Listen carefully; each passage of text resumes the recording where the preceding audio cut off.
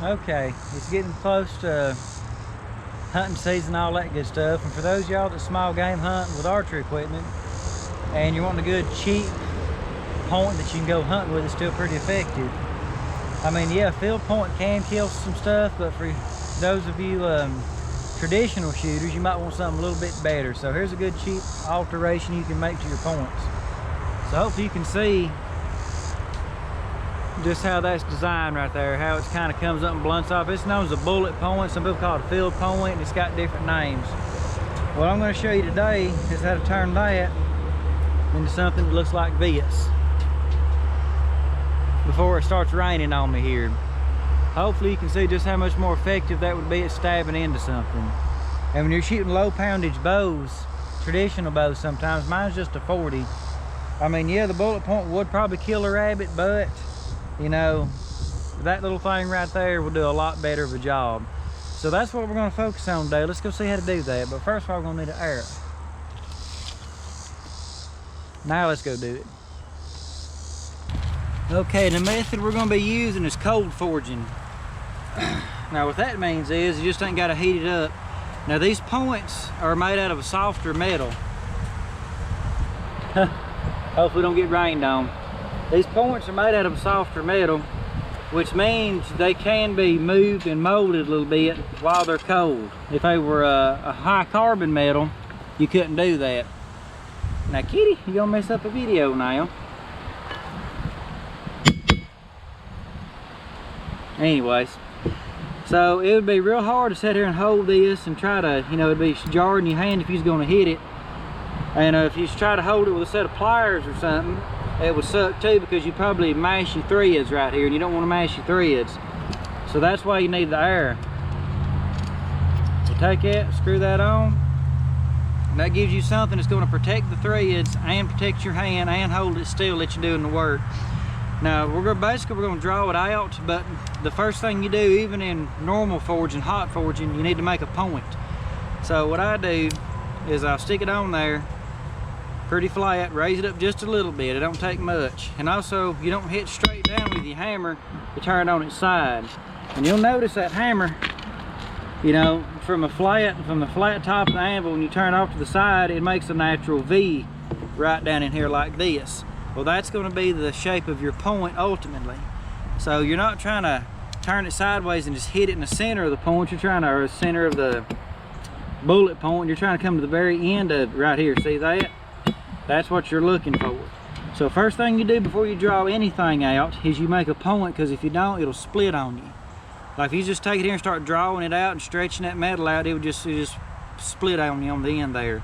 So first thing first, we're going to take it up, turn the hammer sideways, and on the anvil, figure out the center of your two legs where they come up, and right halfway in between them is your sweet spot on the anvil. Now this one's been beat to death. The guy I got this from, I think it's a 1908 model Fisher. The guy that sometime in its past a farrier had it, and they're notorious about knocking these shoulders off, or these edges off of the face of the anvil right here. They're very notorious about that. But anyhow, that's another story another time. So let's make a point. I'm gonna hit it a few times that way, turn it 90 degrees, do it again.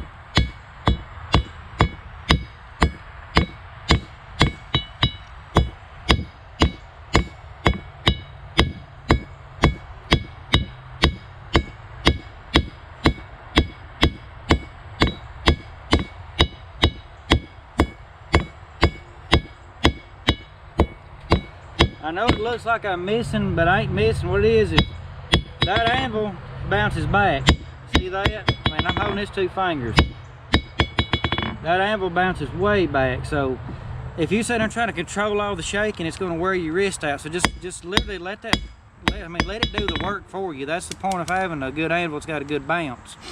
So you notice when I hit it and I hit off to the side, when I'm doing that, it's because I'm changing positions. I'm going to hit it, and then when I'm changing, I'll hit over here, and then I'll come back to it. So I'm not missing. I don't suck that bad, I promise you. I'm nailed too much stuff up to be that bad at it. But anyhow, back to work, I guess.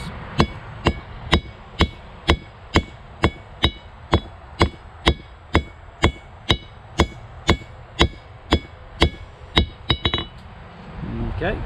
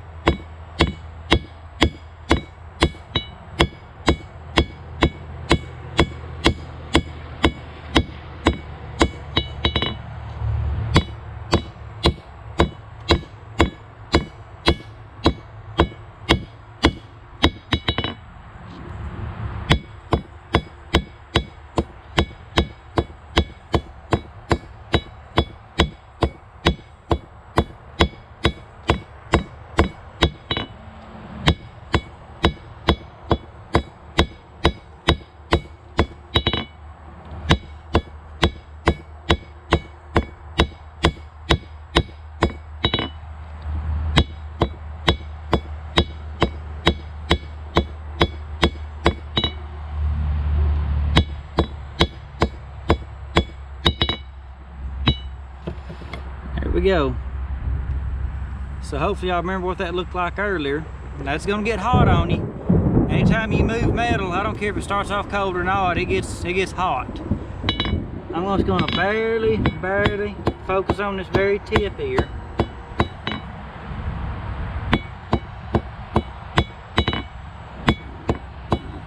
There we go. Now hopefully you can see that that's quite a bit of difference from where we started at.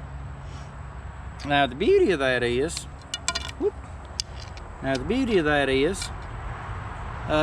one, it's gonna stick in an animal better. That's what you're looking for. Another thing is, for those of y'all that don't hunt, it won't tear up your targets as much. Mine, for example, let's just go take a look at it.